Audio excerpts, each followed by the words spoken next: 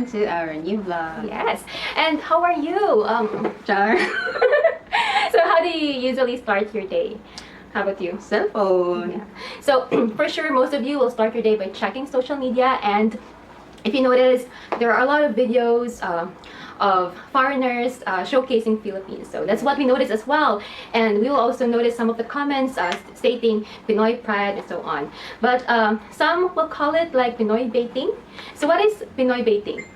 By the way, pinoy baiting is a marketing strategy used by creators to attract Filipino audience and fans.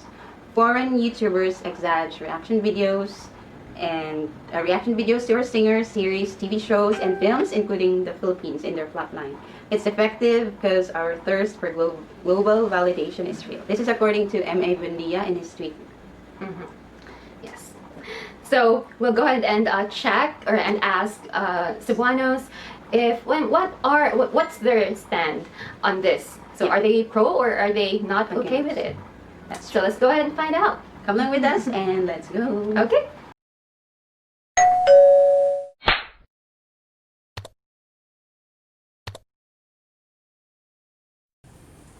What are your thoughts about Pinoy baiting? For me, I think if they are doing this to gain just views without doing charity work, for me it's not good. And what else? Yeah. How about you? Bilang sa ano? Para na ako ilahapod na kanang ilarapod ng way para tanan magong tao daghan og kanang ganahan sila mangita og lain-lain nga pamaagi. So kung inana ilang pamaagi, then siguro wala ra respeto na lang, as long as wala lang sila giatakan nga kuan kanang tao, inana wala sila gipasakitan. Correct. Thank you, Paay. Sa ako sa dili siya angay ikuan sa dun kay siyempre laing nation sa siya tapos marag na down sa datong kan bang pagka Pilipino, so, dapat din marag dili sa dingon nga dili pa nang iban sila pero marag welcome lang gapon as a tourist ba pero dili sa pamagi nga gamito ng pagka Pilipino gani. For me, Pinoy baiting is I believe it's a catalyst for someone man good to get the fame that they want, and especially for Filipinos, it's bringing the Filipino spirit into the international arena, which is really good. So it really depends on the audience and how they react on the said video, but it's very important said with the content that supposedly it's originally it's really yours on that supposedly. Right? Thank you. How about you? Oh, by the way, we forgot to ask their names. What's your name? My name is Marlo. Okay, Marlo. So, for me, okay lang naman siya. Pero for some YouTubers, man good nga, they do like recycling na lang of other contents nga murag in respect na lang for those who are putting effort in making that video ba. So somehow depende ra sa gyapon na siya sa viewers if ilang murag i-patronize nila ang video itself or not. So kanila lang. Thank you so much, Marlo. Thank you. For me, kuan ra, depende mang sad good na siya sa tao nga magtan-aw. Kay kung ang content sa isa ka sa vlogger bitawagan na.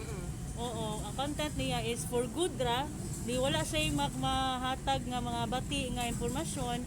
Then kung naapoy matabang, wala problema. Kung sa ako lang sad nga side, wala problema man. Basta dili lang siguro siya mugobiyan sa kanang parehas ana. Oo, kanang dauto na niya kita diri sa mga Pilipino. Maura na siya, depende lang gyud siguro na siya sa tao. Nga unsa yung interpretation ug pagpanabot sa kanang yang content ba. Thank you. What are your thoughts about Pinoy baiting? Okay raman. As as long as na boost ang tourism sa Philippines. So okay ra ka nga ang mga foreigners mari sila sa Philippines para ma-expose ang atong country sa ubang mga tao. Ah, thank you. Ano mastorya sa Pinoy dating? Ang mastorya lang nakuha ng words sa kay kuan. Bali, di ba foreigner man ang kuan? Di lang ta kay mosalig ana nila. Okay. Di wala ba ta kay bawo sa uban nga foreigner nga kuan. Good attitude ana. Pero na may nindot mang mag foreigner god kay kuan sad ba kanang jamming sad about na mga language nila pero nagiuban ng mga kuan sad ba busado, di ba? So probably kanang klaro kay nga gigamit ra nila ang kanang about sa Philippines kay para nas live views. Oo, maadan sa mga kuan nila. Oh, like that. So imbis kita maning kamot sila sa daning kamot sad sila maad sa diri sa Philippines. Mong Correct. kuan kita ng mga foreigner lagi. Moging kasagaran sa mga foreigner, mga vlogger. Grabe kina sila giguan ng vlog ay. Correct. Mo ganin nga. Para nako dili gid na siya maayo kay kuan man gigamit ra ta nila para musikat sila ni human biyaan murag kuan ba kana excuse lang sa mga kuan ba murag nikaon ra sila diri nya niigit nya nilakaw dayon wala nila limpyuhi ilang mga gipang kuan giigitan. Muna to siya. So ang imong thought is kung genuine gani ka nga mukuan dapat. ato sa lain lugar dapat makig-interact gyud sa mga Pilipino mo. Sakto sa diyang. Thank you kayo sir. About sa Pinoy dating, Yes. kay usually ang Pinoy manggod kay kung naay mga foreigners nga maka-appreciate nila kay ma-feel proud man pud sila. Mo na Filipino pride no. Mo din ang Pilipino kanang kung asa ang mga Pinoy kay kung masikat sila sa laing lugar kay mo support jud sila. Pero kanang kung Pinoy dating man gani dili mo sa siguro uban pero naman sa siguro yung mga Americans jud nga ganahan or mga foreigners nga ganahan jud mga Filipino talents nga ma-appreciate jud nila. Siguro Lang jud kay puro sa lang no. pero sa uban ko tan-on nila Pinoy dating kay murag halos mura siguro lang content but dili po ta kay judge kay mo po na nila like kisa mas mag-waste og time nga mag-video o mag-react sa mga videos kung Pinoy dating man lang gani kung mag-waste mo po sila time may pag wala na po nila buhata kung di nila gana. Naagid gyapon sila gi-exert ng effort. Thank you kaayo sir. Opinion, okayhan ako nga the way like mo ang partners, do you call it term? Dating? Dating. Ako okayhan ako in a way nga more gi-advertise nila ang Philippines and also encouraging other people to come mo wonders around the Philippines. Aside sa fact nga nakapabusad siya sa tourism. Thank you. So we are back. Bang. So what did you notice, Mel? I noticed that some are okay with Pinoy baiting for the reason that as long as these foreigners or these travel vloggers are not hurting anyone or any Filipino people or slandering any word or slandering the Philippines, then that's fine. It's up to the viewers if they would like to view the content or not, and we really could not control the viewers, guys. So let's respect their decision. Yeah. And that's what they want to tell us. Well, for me, I can say that I'm actually just cool with it. So for me, it does help the tourism industry. So because of that, there may be viewers that are not Filipinos, so they may tend to, they might like to also come here because of the videos that were created by those vloggers. So yeah, for me, it's like Additional exposure. Yeah, correct. And whatever I think it would greatly help the Philippines, especially that there are a lot of spots here. So yeah, I think I'm good with that. And as long as we should make sure that we are like smart viewers, so we have to also kind of like check if the the creators are really genuine in showcasing those, and not just making those exaggerated videos just for just for the money. Subscribers, Yeah. views, and Correct. money. So yeah, once again, we just have to be smart enough in filtering those kinds of creators.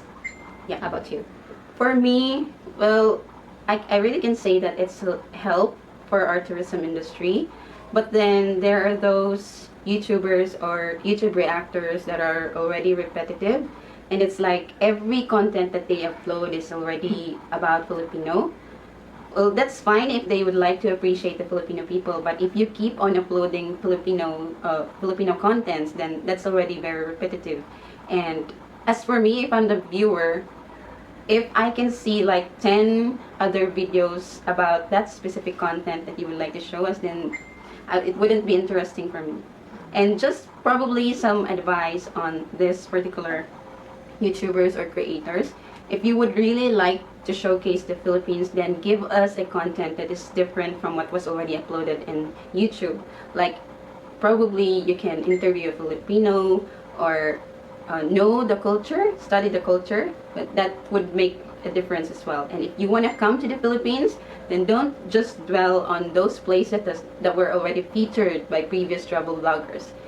Think outside the box. You can go to other places that were not shown or exposed yet, and that would also be a win-win situation, because if people can find that specific place, then they can go to that place, and you can also help our tourism in the Philippines. Correct.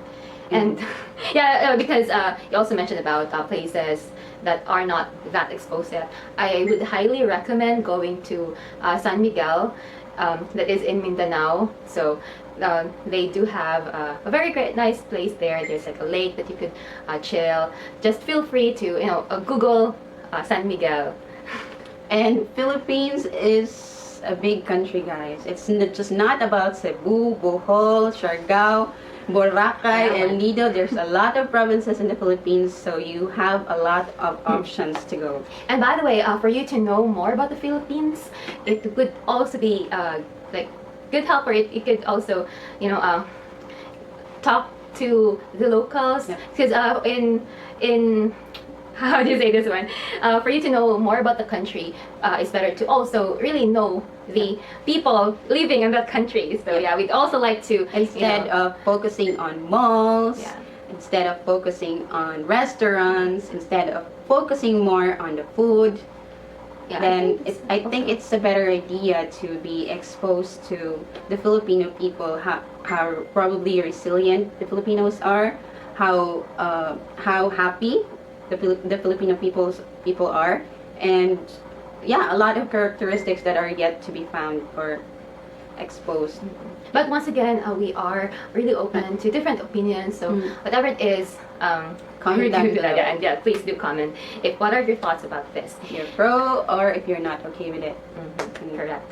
And do you still have other more that you want to say? To our interviewees earlier, we would like to thank you, because if you did not allow us to take on this content, then we cannot show everyone any.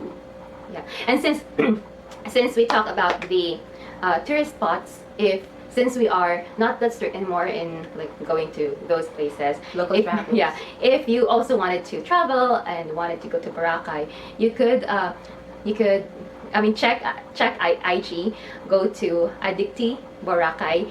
You could message there, say, hey, this is a friend of Astra. She recommended you, and could you please give us a promotion? Yeah, then could you give us a discounted rate for the rooms there? Yeah, the rooms are really great. There are like beachfront and so on. So there's like a lot of rooms to choose from, and they also serve milk tea. So just say that you're a friend of Astra. Yeah. So shout out will be flashed after our closing, guys, because there's a lot of you to be mentioned here. Thank you. So that's it. See you on the next vlog. Bye bye.